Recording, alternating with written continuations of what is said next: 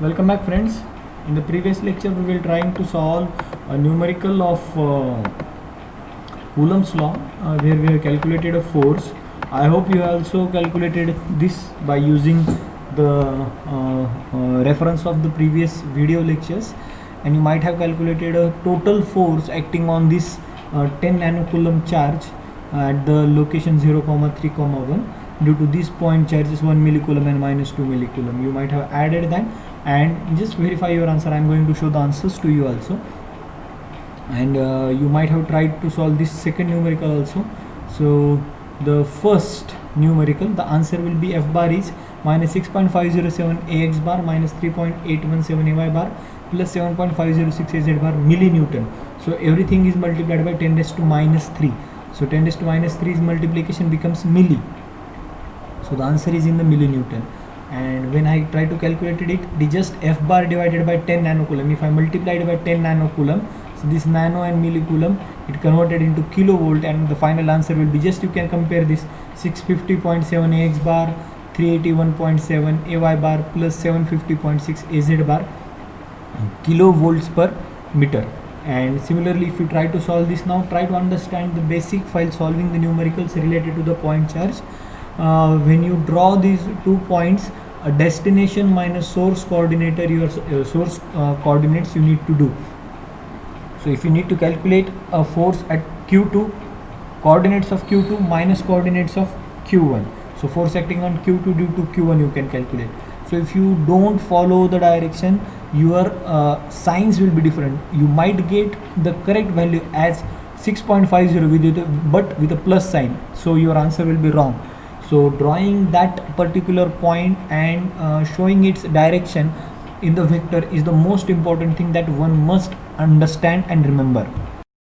Once that is done, the next thing that you are supposed to do is, the crucial part is calculation of the unit vector. Once that is done, you put the values in the formula and get the answer, and you should be good in doing calculations in your calculator. I know you are good at it, and finally you will get the answer. So try to solve these two numericals once again to get the answer. So this is the first basic numerical that you are supposed to solve.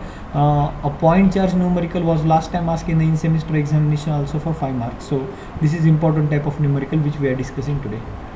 So the next thing that you are supposed to do, are supposed to understand, is E bar due to continuous charge distribution. Now once we understood the concept of electric field intensity E bar, Coulomb's law has given a statement about force per unit charge has given us a concept of electric field intensity due to point charge we have talked about. Now, is this the always case that charge is a point charge? No, it might not be the case. So charge may be a line, something like this, and this charge is uniformly distributed along the line.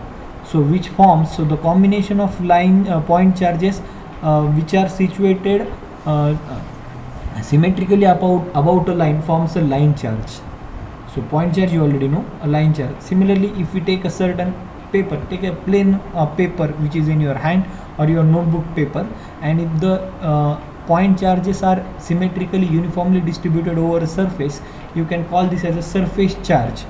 And if you consider a closed volume of any regular or irregular shape, a cuboidal shape, a spherical shape, or a shape which you can imagine of any shape, and if the charges are uniformly placed over it, it forms a volume charge. So there are 3 types of the charge distribution which we need to study.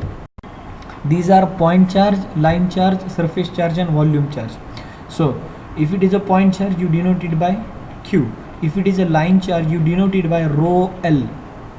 You denote it by rho L. Whenever I am talking about surface charge, it is denoted by rho S. Rho stands, so see, rho and S are not separate entity, they should be treated as a single. Rho S, rho L, okay. It's not rho multiplied by L, it is rho, that is line charge distribution. Rho S is a surface charge distribution, and rho V here. So if I write a rho V here, rho V means it's not rho into V, it is simply rho V. So rho V is a volume charge distribution. So if it is, these are the line charges along these point charges along a line forming a line charge distribution, its unit will be in coulomb per meter. So how many charge coulomb of a charge is present along a line? So it is these many coulombs per meter of a charge is situated along a line. If we are talking about surface, these many coulomb of a charge per meter square which is situated on the surface, and these many coulomb per meter cube of a charge is enclosed by the volume. Now why these units are coming? What is the unit of a line? If you want to calculate a length is in terms of meter. So how much coulombs of the charge per meter is situated? That's why the unit is coulomb per meter. How many charge? If I am talking about the area of a surface, it is usually measured in meter square. So how much amount of a charge is present on this particular surface, you can calculate in coulomb per meter square. And if someone asks you how much charge is enclosed in the closed volume like this, in that case the volume is calculated in meter cube, so it is rho v. Unit is this much coulomb of a charge is enclosed in this per meter cube of a volume. So coulomb per meter is a unit of rho L, rho S and rho V. So remember this rho L, rho S and rho V concept. Now why we need to study this concept?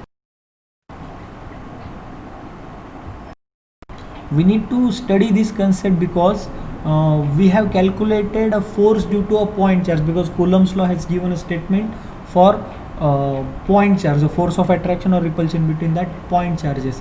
If we need to calculate force due to line, force due to surface and force due to volume, but we are not interested in force, we are more interested in the field theory approach for this electromagnetic subject. So we are more interested in calculation of E bar. So electric field intensity due to surface charge, electric field intensity due to line charge and electric field intensity due to this volume charge. So we are going to write some of the formulas related to it. We will have derivations for this line charge and surface charge, which are also important. So in the next lecture when we will discuss how this concept of the basic concept of Coulomb's law are helpful in deciding how we can calculate rho L or E bar due to rho L and E bar due to rho S and rho V, that we will try to understand in the forthcoming lecture. So these two derivation for E bar due to line charge and derivation of E bar due to surface charge are most important in the examination point of view.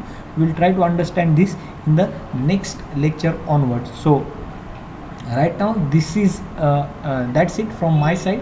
So in the next lecture we'll talk about these derivations which are important, and till then happy learning and thank you very much.